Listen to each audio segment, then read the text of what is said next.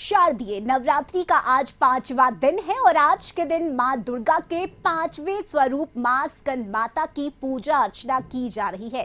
स्कंद माता की पूजा करने से नकारात्मक शक्तियों का नाश होता है।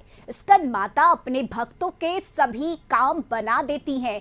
असंभव से भी असंभव कार्य मां की पूजा करने से पूरे हो जाते हैं। साथ ही स्कंद माता की पूजा अर्चना करने से व्यक्ति को संतान सुख की प्राप्ति भी होती है। साथ ही व्यक्ति को सभी दुख दर्द से छुटकारा मिलता है। ऐसे में माता के दरबार में भक्तों की भीड़ देखी जा रही है। सुबह से ही भक्त अपनी अपनी मनोकामना लेकर मैया के दरबार में पहुंच रहे हैं और माता रानी की पूजा आराधना करने में भक्त लीन हैं। तो आज शारदीय नवरात्रि का 5वां दिन है और आज मां स्कंद माता की पूजा अर्चना करने का विधान है। रांची के कई पूजा पंडालों में पट भी खुल चुके हैं। भक्त सुबह से ही माता रानी के दर्शन के लिए पहुंच रहे हैं। एक से एक बेहतरीन और खूबसूरत पंडाल रांची में बनाए गए हैं और ऐसे में भक्तों में इस बार दुर्गा पूजा को लेकर गजब का उत्साह देखा जा रहा है। पूरे 9 दिन माता रानी की पूजा आराधना की जाती है और ऐसे में आज 5वां दिन है। आज मां स्कंद माता की पूजा करने का विधान है और मां की पूजा करने से भक्तों की सभी मनोकामनाएं पूरी होती है। भक्तों का कष्ट मां हर लेती है और संतान सुख की भी प्राप्ति होती है। ऐसे में महिलाएं सुबह से ही मैया के दरबार में पहुंचकर अपनी अरदास लगा रही हैं, माता रानी की आराधना कर रही हैं।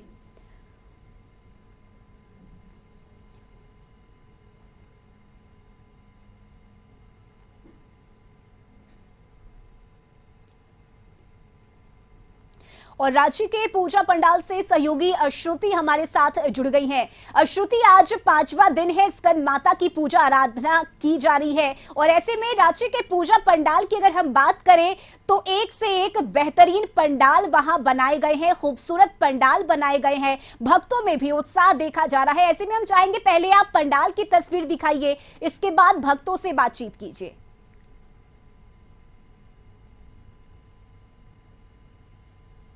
जी बिल्कुल, अभी तो जिस पंडाल में मैं हूँ रश्मि, यहाँ पर अभी इनॉग्रेशन या उद्घाटन की बात कर ली जाए तो वो नहीं हुआ है। आज मुख्यमंत्री हेमंत सोरेन यहाँ पहुँचेंगे और यहाँ का उद्घाटन करेंगे। पहले पंडाल दिखाना चाहूँगी कि पूरी तस्वीर आप देख सकते हैं कि जो थीम डिसाइड किया गया है, इस थीम को कहा गया है कि कुछ आप गाँव से भी रिलेट कर पाइएगा या फिर एक पंक्षी अगर देखा जाए यहाँ पर तो कुछ पंक्षियाँ यहाँ पर ऐसे हैं जो पंक्षियाँ कैद नजर आ रही हैं। देख सकते हैं कि एक ऐसा थीम बनाया गया है जहाँ पर ये कैद है और एक उसी पॉइंट पर ये सारे उड़ रहे हैं। तो कहीं ना कहीं एक कह सकते हैं कि आज़ादी को लेकर के या फिर यहाँ उसको लेकर बनाया गया है। लेकिन अभी माता का पट यहाँ पर खुला नहीं है। यहाँ पर कई लोग मौजूद हैं, उनसे पहले बातचीत करेंगे कि एक्चुअल में इस पंडाल का थीम क्या है। क्या नाम है आपका? मेरा नाम मनोज गोपुआ। हाँ मनोज जी, ये जो पंडाल का थीम बनाया गया, पहले उस थीम के बारे में दर्शकों को बताइए। ये पंडाल हमारा थीम है चाहत का पंख। सबको आज़ादी चाहिए, आज़ादी से जीने की सबको इच्छा होती है। हम लोग क्या करते हैं, पक्षी को कैद कर देते हैं, जानवर को घर में कैद कर देते हैं, वो नहीं होना चाहिए। हम लोग उसी को दिखाना चाह रहे हैं।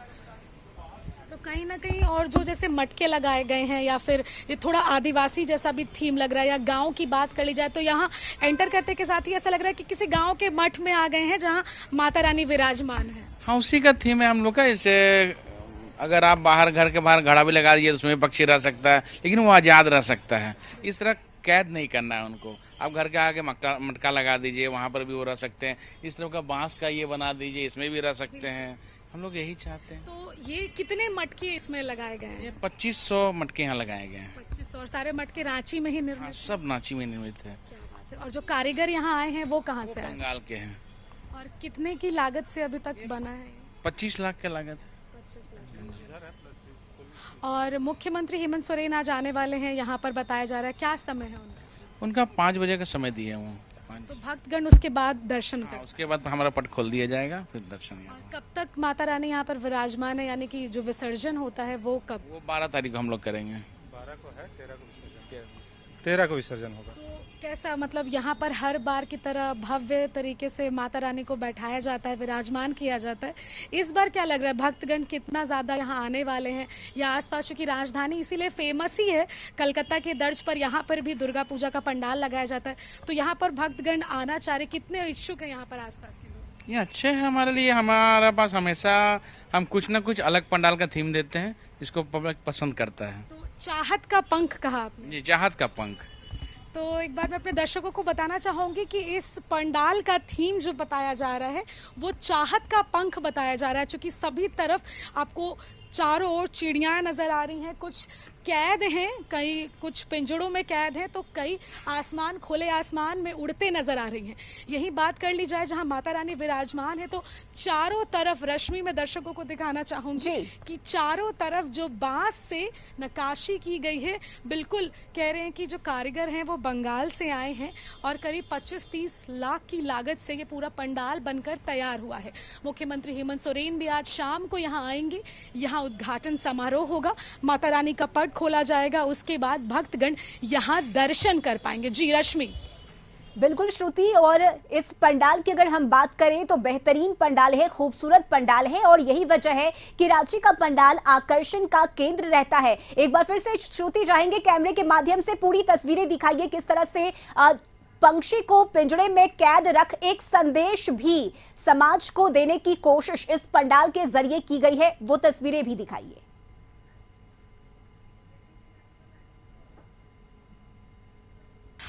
इस पंडाल के माध्यम से रश्मि मैं ये भी बताना चाहूँगी कि यहाँ जो लोग हैं उन्होंने बताया कि पर्यावरण को भी ध्यान में रखा गया है।